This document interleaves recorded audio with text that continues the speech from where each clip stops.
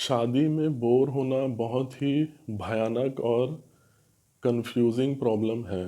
तो इसका subconscious analysis और इसका सॉल्यूशन आपको बताएंगे।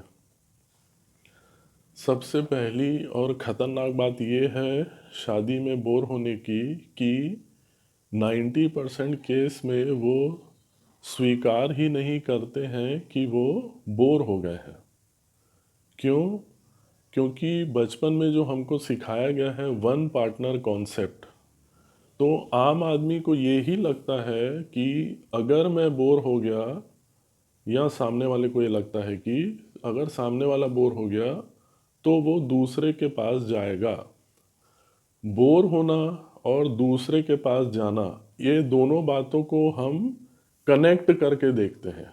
सबसे पहली और भयानक बात तो ये है।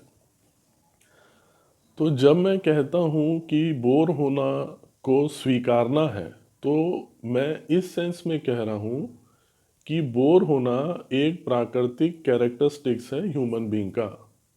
आप गाने से, परिस्थिति से, इवन हमारा जो कोई भी भाव है, आप किसी भी भाव में परमानेंटली नहीं रह सकते। हर 2 से 3 घंटे में आपका भाव चेंज हो जाता है। एक्साइटमेंट है, खुशी है, डाउन डाउन लगता है, रोना रोना लगता है, फिर कभी सेक्स की फीलिंग आती है।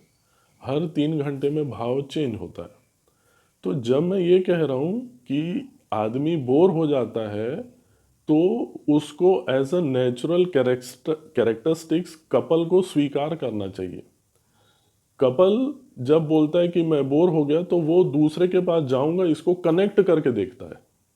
ये सबसे बड़ी और सबसे भयानक प्रॉब्लम है शादीशुदा में बोर होने के प्रॉब्लम को लेके। तो जब तक आप इसको नहीं समझेंगे, आप कभी भी शादीशुदा लाइफ में खुश नहीं रहेंगे। ये तो प्रॉब्लम का एक बेसिक हो गया। अब इसका सॉल्यूशन ये है कि आपको जान के हैरानी होगी कि जो जितना शांत रहता है, जितना खुश रहता है, जितना रिलैक्स रहता है, वो उतनी देर में बोर होता है।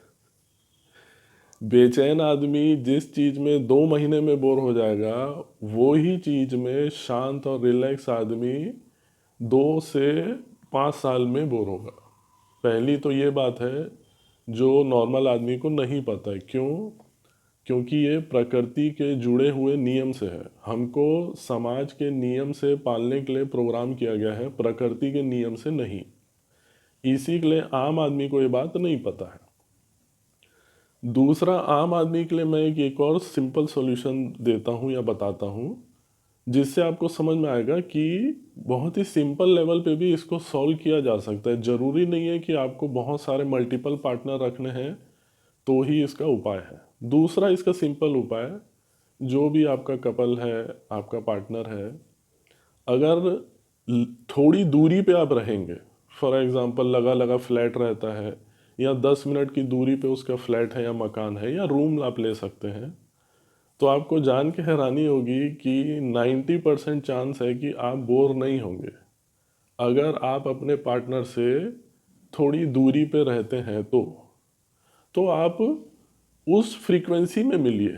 जैसे अपने को पता चल जाता है भाई, हम कोई भी काम कर रहे हैं, कोई भी काम, तो हमको रियलाइज हो जाता है कि अब हम इससे बोर हो रहे हैं, तो थोड़ा सा ब्रेक ले लीजिए। ये सबसे सिंपल और सबसे लॉन्ग टर्म उपाय है।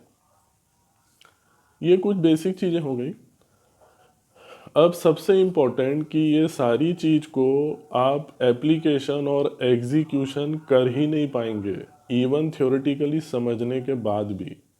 जब तक ये 4 चीज़ें आप नहीं करोगे, इसका एप्लीकेशन और एग्जीक्यूशन नहीं होगा। ना आप प्रॉब्लम को समझ पाओगे, ना आप सॉल्यूशन को कर पाओगे। ये सारी चीज़ें मैं सिर्फ इसलिए समझा रहा हूँ कि एटलीस्ट आपको बेसिक ABCD समझ में आए, तब आप इसका एप्लीकेशन कर पाएंगे।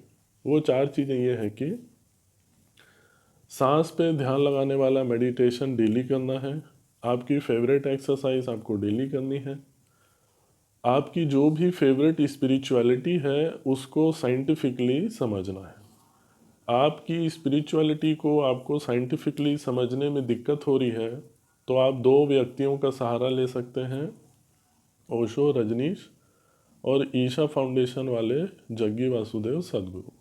और चौथा और मोस्ट इम्पॉर्टेंट, ये एक जनरल वीडियो है, तो स्पेसिफिक आपकी रिक्वायरमेंट, कंडीशन और कॉम्प्लेक्सिटीज़ को देखते हुए आपकी लाइफस्टाइल और खाने पीने में क्या चेंजेस करने हैं और डिटेल में आपको और कंडीशन के हिसाब से और क्या सलूशन देने हैं, उसके लिए नंबर दिया है, आप कांटेक्ट कर सकते हैं।